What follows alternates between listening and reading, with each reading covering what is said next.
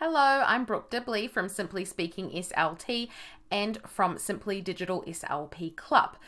In this video, I'm going to show you how to play our online articulation spinners for speech therapy. So these are different from the PowerPoint-based spinners that we also have, but these ones you play in your browser. So let's take a look at how to use these. So from this page here on our website, the online articulation spinners page, scroll down.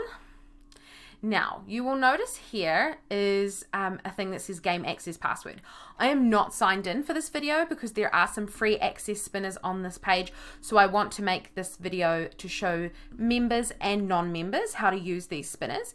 If you are a member and you're signed in, the information will come up here showing you the game access password for the paid spinners for our members, and then also some instructions on how you can share these games with your students for homework. You can only do this if you're a paying customer or member. However, as you can see here, we've got our initial, medial, final, and mixed as a free access for you to play. So what you do is you find the spinner that you want to play. We're going to use the R ones because I'm not logged in.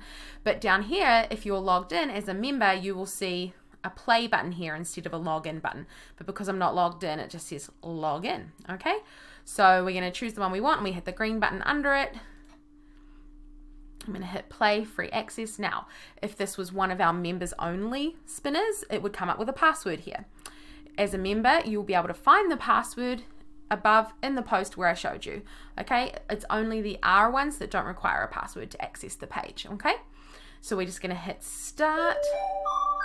I also just want to point out that if you are using this website on a tablet, so you've gone to that landing page we were just on, you've chosen your phoneme on a tablet, you can then hit this play on a tablet button. What that will do is it'll bring you down to the bottom of the screen here, and you can hit this full screen icon. When you hit that full screen icon, it will be responsive and go to the size of your device, so that works for you, because for some people this window size here won't work on their device, so you need to hit this this button here to go full screen. But if you're on a browser like I am, then you no need to do that unless you want to be full screen. Let me show you how that works.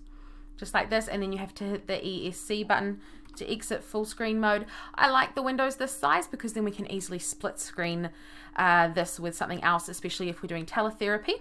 But you could also put this on a smartboard, lots of fun things. Okay, so I'm going to hit the spin it button. There's two ways to activate the spinner, and I'll show you both, but I like the spin it button, especially for my younger students. If they do have mouse controls, it's much easier for them. However, of course, if you don't have the capacity to give mouse controls, if you are using this in teletherapy, no problem. Just have the students tell you when to spin it, okay?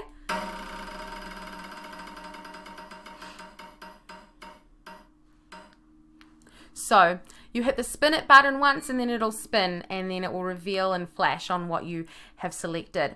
Now you can then obviously say your speech sound or do whatever it is you're going to do with the spinner, but then you have two options. You can either push eliminate and it will get rid of this section on the spinner, or you can hit resume. I like to do eliminate and then challenge my student to see if they can eliminate all of them. So I'll show you what happens when we hit eliminate. It gets rid of it and then it makes itself equal out again. So I'll show you again how we can, another way that we can activate the spinner is by dragging the wheel. So if you, I'm going to click, I've clicked down and I just spun my, and then I spun my mouse around and then I let go. This is a little bit more difficult in mouse controls in the sense of like mouse skills and fine motor. So, but just know it is an option. And on an iPad, that's very fun because you can just put your finger and spin it. Okay. All right. So let me show you what happens if we don't hit eliminate and we just hit resume. It just goes back to normal. Okay. So that is how you use these spinners. And remember, if you want to learn more about sharing these spinners with your students for homework, you can only do that if you are a member here with us, and the information will show up for you under here. Okay. It will show up in a list of steps of what you need to do to be able to share these. Okay. All right. Thank you guys.